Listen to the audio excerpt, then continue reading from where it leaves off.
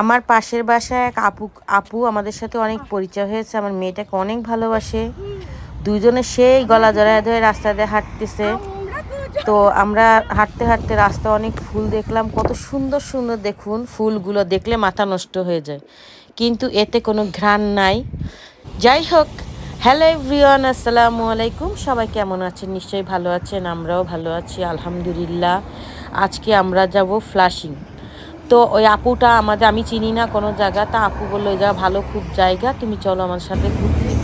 তো আমাদের নিয়ে সে ঘুরতে গেল। আমরা বাসের জন্য দাঁড়িয়েছিলাম, তারপরে বাসে উঠলাম। দেখুন বাসে সব চায়নারা।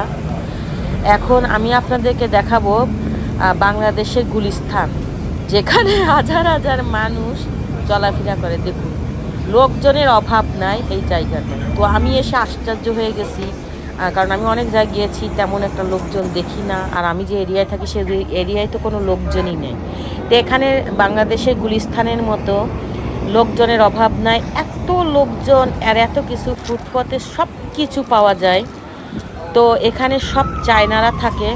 আর দেখুন এখানে এই ছেলেটা হচ্ছে বাড়ি তুর্কি, আর আমার তো তুর্কি খুব পছন্দ একটা জায়গা, কান্ট্রি।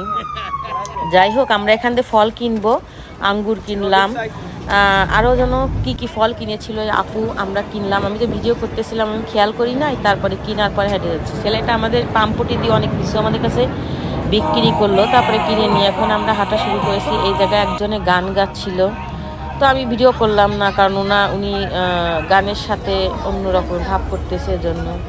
এখানে হচ্ছে চায়নাদের একটা রেস্টুরেন্ট, কি বলবো, বিশ্বাস করেন এখানে হাঁস সব মানে পুড়ায় পুড়ায় রাখছে ঝুলায় ঝুলায়। তাই যখন কেউ খাবে কেটে কেটে পরে মনে হয় কী করে দিচ্ছে, তাই না। এখানে আমি জানি না হালাল কিছু আছে কি না। আমরা ঘুরতে গেছি ঠিকই, কিন্তু আমরা কোনো কিছু খাইতে পারি নাই, কারণ এখানে কোনো রেস্টুরেন্টে বাঙালিদের জন্য বা মুসলমানদের জন্য আছে কি না আমি জানি না, আমি ট্রাই করি না।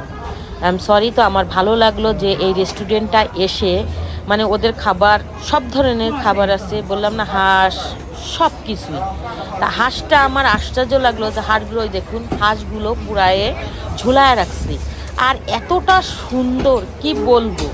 যাই হোক, ভিডিও করে আমরা বাইরে চলে আসলাম। এসে এটা ওটা ওই আপুটা অনেক কিছু কেনাকাটা করতেছে, ফল টল। আমরা অনেক ফল কিনছি যদিও, তা কিছু কিছু ফলের নাম আমরা জানি না। তা আপুটা ফলের নাম জিজ্ঞেস করতেছে, ওই ফলের নাম কি, তা ওরাও চেনে না। তা আমি পরে ভাবলাম এটা বাংলাদেশে যে তরমুজ বাঙ্গি আছে, সেই বাঙ্গি, ছোট, বেশি বড় না, ছোট ছোট। তাই কিনে নিয়ে ওরা দুজনে হাঁটতেছে, আর আমি তো ভিডিও করতেছি। দেখুন সব জায়গা একদম গুলিস্তানের ফুটপথ বলেন, সেই ফুটপথের মতো সব একদম ফুটপথে এদের এই জায়গাটা। তো আমার ভালোই লাগলো, কারণ আমি এখানে এসে লোকজন তেমন একটা দেখিনি, এদের এই জায়গাটা দেখে আমি খুব এনজয় করলাম। ইনি হচ্ছে বাঙালি এক পুলিশ, ওনাকে বললাম যে আপনার সাথে একটু ভিডিও করা যাবে, উনি বললো ঠিক আছে করো। তো আমার মেয়েকে কাছে ডেকে উনি একটু ভিডিও করলো, ভালো লাগলো, ওনার ব্যবহারটা ভালো ছিল। যাই হোক, তারপরে এখানে উনি আপু একটা ইয়ারফোন কিনলো। কিনে এই যে আমার ছোট মেয়ের হাতে যেটা, এটা হচ্ছে মেসেজ করে। তো ও চালিয়ে ধরে মুখের উপরই মেসেজ করতেছে। ইনি হচ্ছে মনে হয় সম্ভবত প্রতিবন্ধী। তো উনি গাড়িতে চলাফেরা করে একা একাই, ওই গাড়িটা চলে, উনি নিজেই চালাইতে পারে। যাই হোক, তারপরে আমরা একটা শোরুমে ঢুকলাম। এই জায়গা সব কিছুই পাওয়া যায়। তো এত দাম এক একটা জিনিসের যে কি বলবো। তারপরে বের হয়ে এখানে আসলাম, এটা ফল দিয়ে চকলেট তৈরি করেছে। তা আমি আমার দেখে এতটা ভালো লাগছে, $10 করে এক একটা।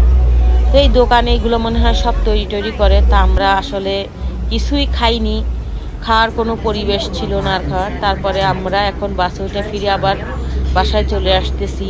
আমি জানি না আপনাদের কাছে আমার এই ভিডিও কেমন লেগেছে। ভালো লাগলে লাইক, শেয়ার, কমেন্ট, সাবস্ক্রাইব করবেন। সবাই ভালো থাকবেন। আসসালামু আলাইকুম।